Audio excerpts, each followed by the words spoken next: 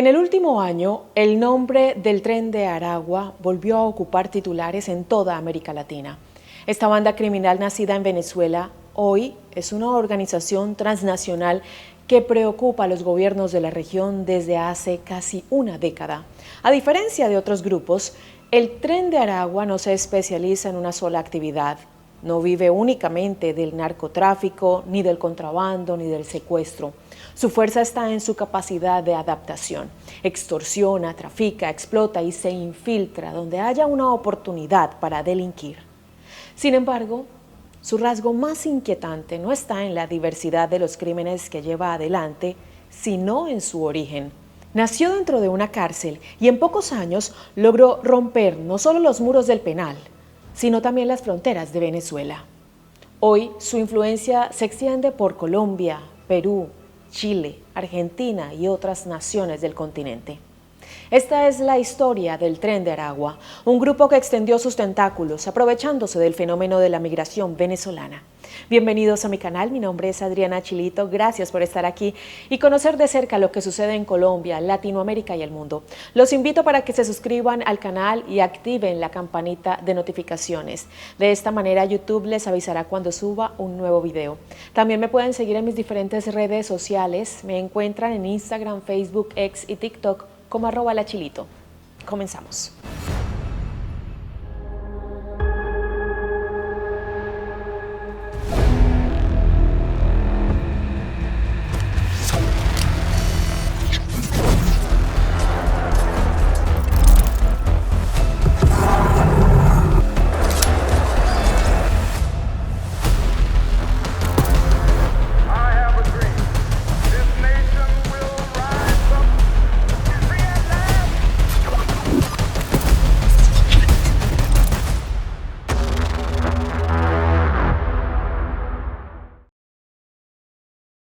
Inicios del grupo criminal. El origen del grupo criminal Tren de Aragua se remonta al año 2005.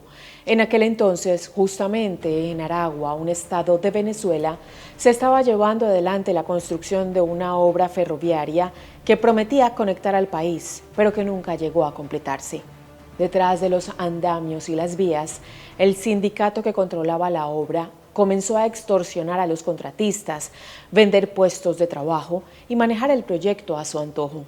Cuando la situación salió a la luz, las autoridades intervinieron y la construcción se frenó por completo. Varios de los sindicalistas fueron detenidos y enviados a la cárcel de Tocorón, en el estado de Aragua, y este centro penitenciario se convirtió con el paso del tiempo en el núcleo logístico desde el cual surgiría el Tren de Aragua, ya como una organización criminal.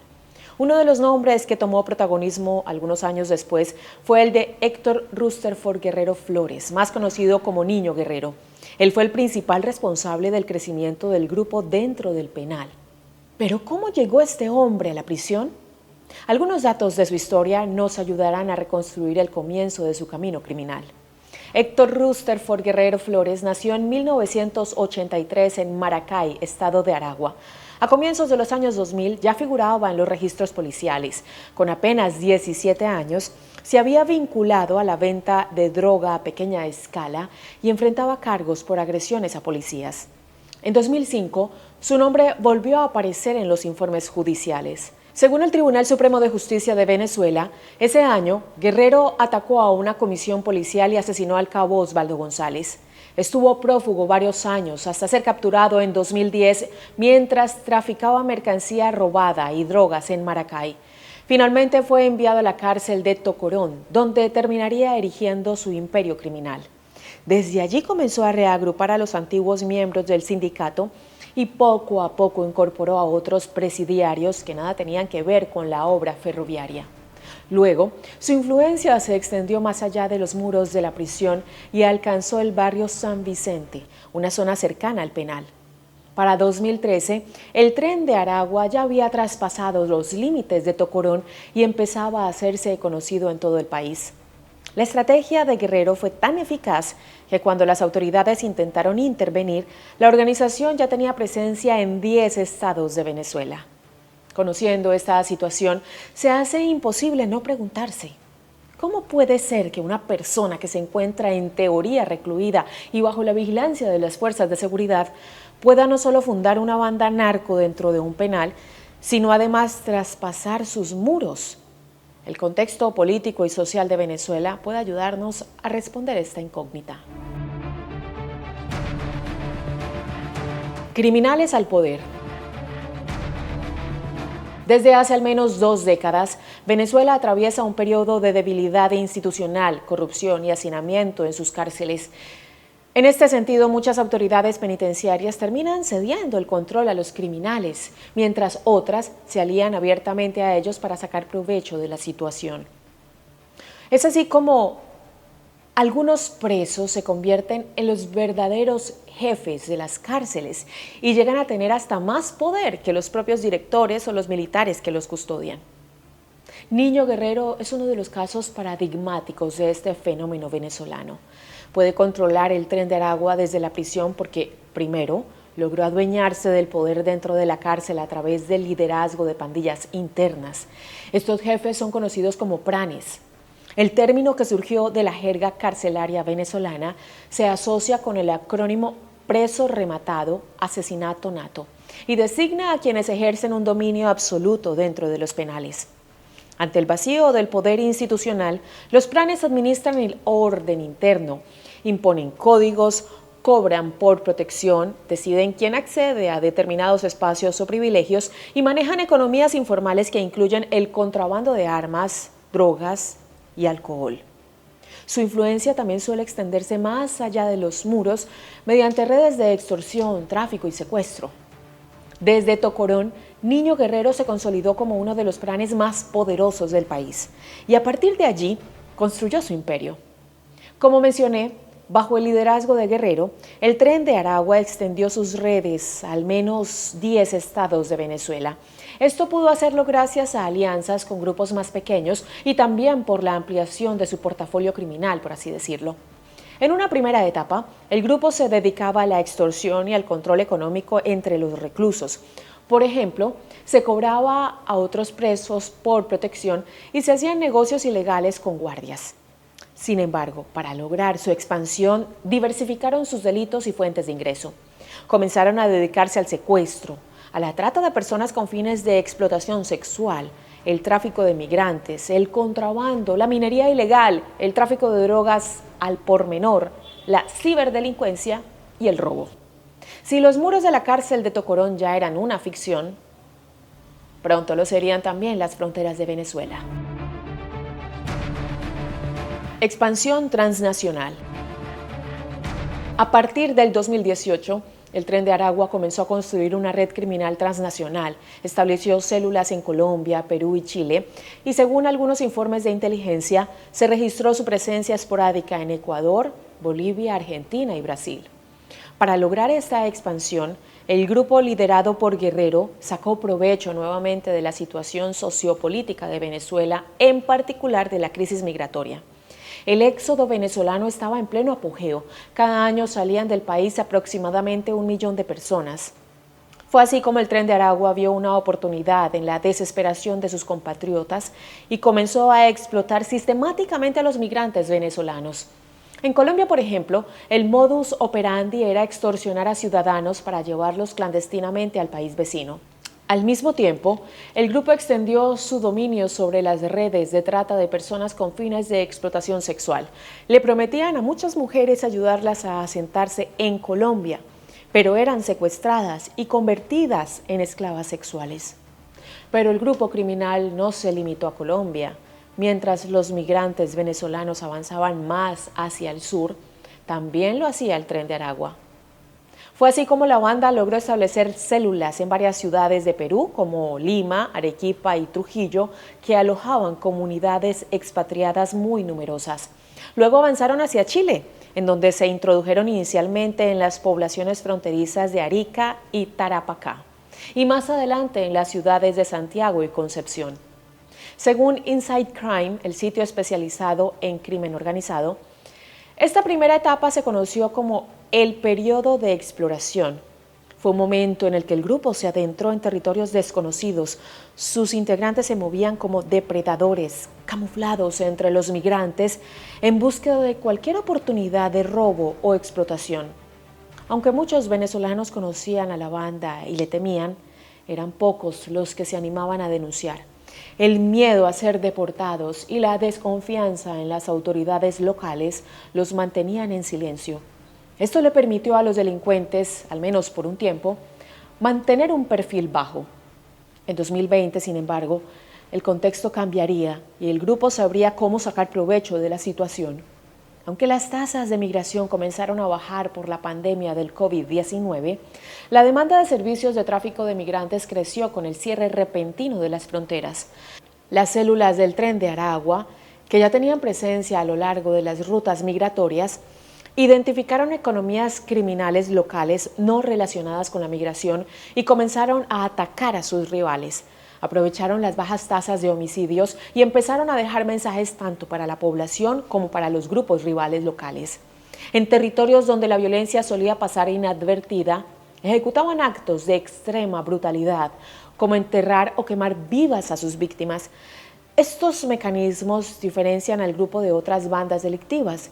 Mientras lo más usual suele ser actuar en la clandestinidad, las células del Tren de Aragua buscan que todo el mundo se entere de quiénes son. Así, sembraron el miedo, eliminaron rivales y lograron consolidar su dominio en actividades que antes no manejaban, como la extorsión de negocios locales y el narcomenudeo. También comenzaron a controlar el negocio del gota a gota, un sistema de préstamos ilegales. A partir de entonces, la urgencia pasó a ser otra. ¿Cómo sacar el dinero de los distintos países y hacerlo llegar a Venezuela? Las células del Tren de Aragua comenzaron a construir una infraestructura financiera transnacional que les permitiera sostener sus operaciones. Para esto desarrollaron mecanismos de lavado de dinero cada vez más sofisticados. En Chile, por ejemplo, la policía identificó células que blanqueaban fondos mediante la compra de motocicletas y otros vehículos que luego alquilaban a migrantes o repartidores. Parte de ese dinero era enviado a Venezuela a través de criptomonedas como Bitcoin y plataformas de transferencia internacional como Western Union. Con el tiempo, perfeccionaron cada vez más sus métodos para mover el dinero sin dejar rastros. Más allá de estos cuidados, la expansión y la violencia del grupo terminaron por encender las alarmas en toda la región. Desde 2022, las fuerzas de seguridad de Chile, Perú y Colombia ejecutaron operativos de gran escala contra la organización y denunciaron internacionalmente la presencia de las diferentes células del Tren de Aragua en sus territorios. La presión surtió efecto recién en 2023, cuando a las autoridades venezolanas no les quedó otra alternativa que dar un golpe al corazón del grupo: la cárcel de Tocorón. El desarme del centro penitenciario de Aragua. El 23 de septiembre de 2023, convoys con hasta 11.000 agentes de seguridad venezolanos se dirigieron al estado de Aragua. Llegaron con vehículos blindados y fuertemente armados. Su destino era nada más ni nada menos que la prisión de Tocorón. Comandos del Cuerpo de Investigaciones Científicas, Penales y Criminalísticas ingresaron a la cárcel por la madrugada. Tenían un objetivo claro: recuperar el 100% del control de la penitenciaría. Según reportes oficiales, muchos prisioneros no opusieron resistencia y acataron las órdenes de las fuerzas de seguridad. Mientras tanto, en los sectores donde no lograron ingresar por los medios convencionales, las autoridades utilizaron explosivos para abrir las rejas de las celdas.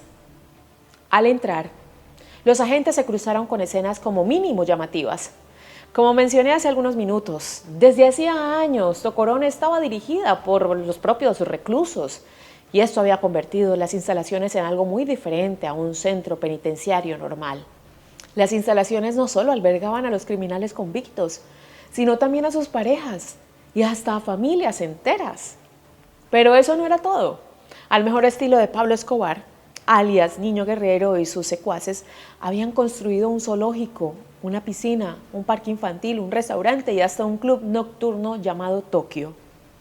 El zoológico contaba con felinos salvajes, flamencos y otros animales como caballos. Como si esto fuera poco, El complejo carcelario contaba con una cancha de béisbol, donde los reclusos e incluso los visitantes podían jugar o asistir a partidos. En este punto es importante aclarar que antes de la recuperación de Tocorón, medios venezolanos como Impacto Venezuela habían denunciado la remodelación de un antiguo campo de béisbol, al que los delincuentes le habían agregado césped artificial, gradas e iluminación. Al día siguiente de la intervención, el gobierno del entonces presidente Nicolás Maduro emitió un comunicado en el que felicitó a las fuerzas de seguridad por haber restablecido el orden en la prisión. Más tarde, el mandatario aseguró que la operación también había logrado impedir una fuga masiva de reclusos. Sin embargo, el hecho de que un operativo de tal magnitud se desarrollara con tanta calma en una cárcel controlada por la banda criminal más temida del país llamó la atención del mundo entero. Las sospechas no tardaron en surgir. Se empezó a hablar de una posible negociación y pactos previos entre las autoridades y los cabecillas del Tren de Aragua. Las especulaciones se convirtieron rápidamente en certezas cuando salió a la luz que durante la redada en Tocorón, ninguno de los miembros clave del Tren de Aragua, en particular su máximo líder, Niño Guerrero, habían sido encontrados en las celdas. Es decir, previo a la entrada de las fuerzas de seguridad, la cúpula de la banda ya había abandonado la prisión. Esta teoría se reforzó cuando testimonios que habían estado dentro del penal dijeron a Inside Crime que en los días previos a la intervención, Niño Guerrero había impuesto un toque de queda en Tocorón. Según estas fuentes, durante ese tiempo, armas, dinero y personas fueron sacadas del recinto sin resistencia alguna. Aunque pueda parecer de película, lo cierto es que no es un relato descabellado. El poder que los delincuentes ejercían dentro de la cárcel superaba por completo las capacidades de quienes debían vigilarlos. Contaban con bloqueadores de señal, armamento igual o superior al de los custodios y libertad total para moverse dentro de la cárcel. Además, tras la redada, los medios locales informaron el hallazgo de una red de túneles que conectaba el interior de la prisión con un canal fluvial, donde la banda disponía de botes para escapar en caso de emergencia. La existencia de esas rutas subterráneas, sumado al hecho de que ningún cabecilla pudo ser detenido, refuerza la sospecha de que hubo efectivamente un acuerdo previo entre las autoridades gubernamentales y el Tren de Aragua.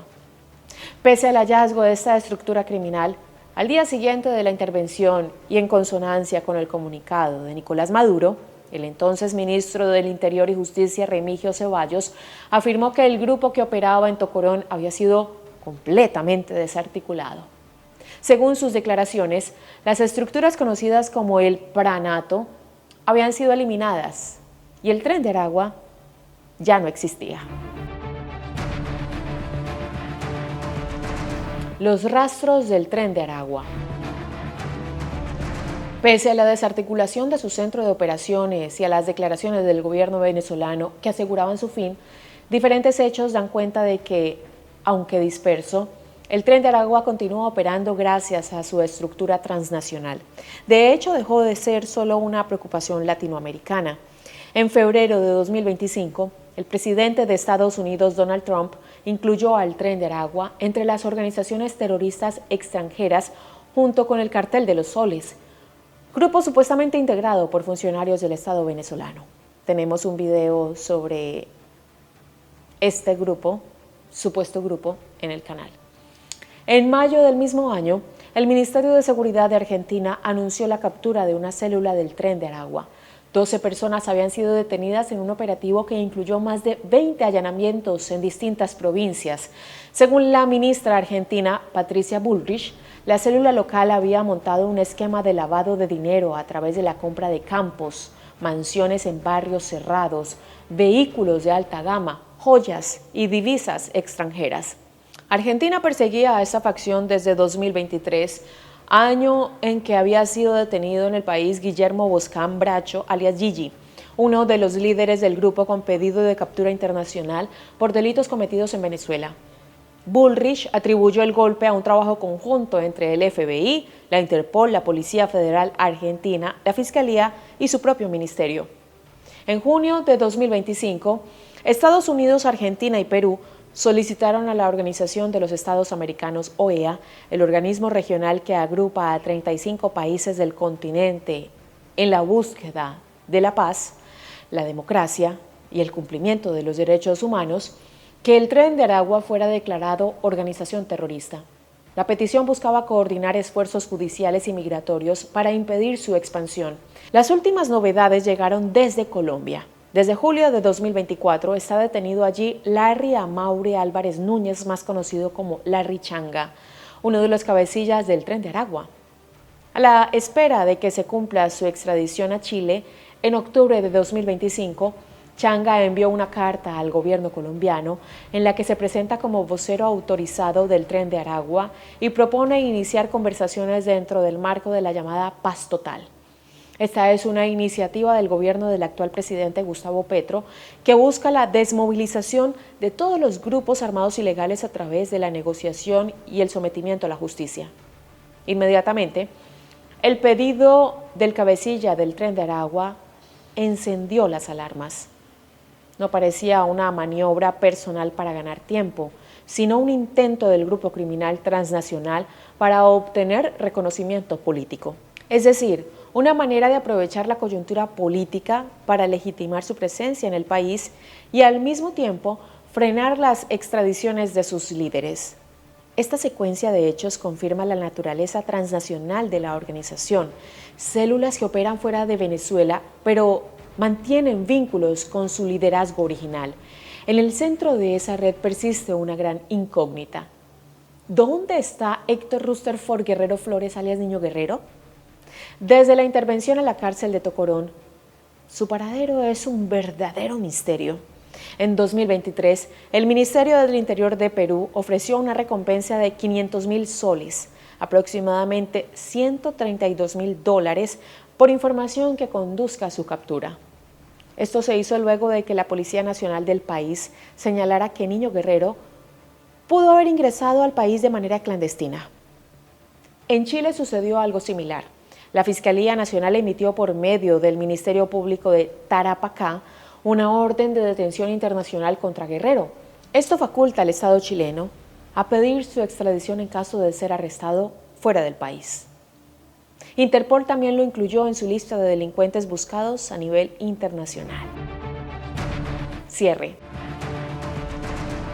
Aunque el gobierno venezolano intenta restar importancia al alcance y la capacidad de acción del Tren de Aragua, resulta imposible negar que el grupo continúa activo. Es aún más difícil ignorar lo que su historia revela. Un criminal de la envergadura de Niño Guerrero pudo construir un imperio delictivo desde una prisión y luego desaparecer sin dejar rastro. La impunidad desplegada ante los ojos del mundo es quizás el dato más alarmante de todos.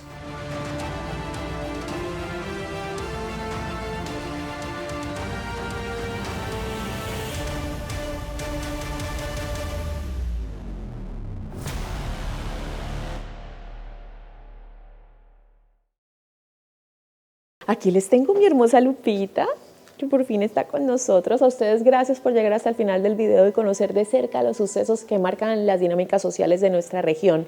Los invito para que se suscriban al canal y activen la campanita de notificaciones. De esta manera YouTube les avisará cuando suba un nuevo video. También me pueden seguir en mis redes sociales. Me encuentran en Instagram, Facebook, X y TikTok como @lachilito. Quiero enviar un saludo especial a los suscriptores que están presentes cada semana del contenido que subimos y a los miembros quienes nos apoyan incondicionalmente, pues YouTube desmonetiza constantemente este tipo de contenido. En esta ocasión vamos a saludar a Andrés Campillo. Andrés, un saludo especial de todo mi equipo de trabajo, también de Lupita, que está aquí con nosotros nuevamente. A todos ustedes, gracias por estar aquí. Un feliz año 2026. Los queremos mucho y los espero la próxima semana con más videos. Por favor, déjenme sugerencias en la cajita de descripción. Los queremos. Bye, bye. Besitos. Chao, chao. Chao, chao. Bye, bye. Uy, qué ojos, mi amor.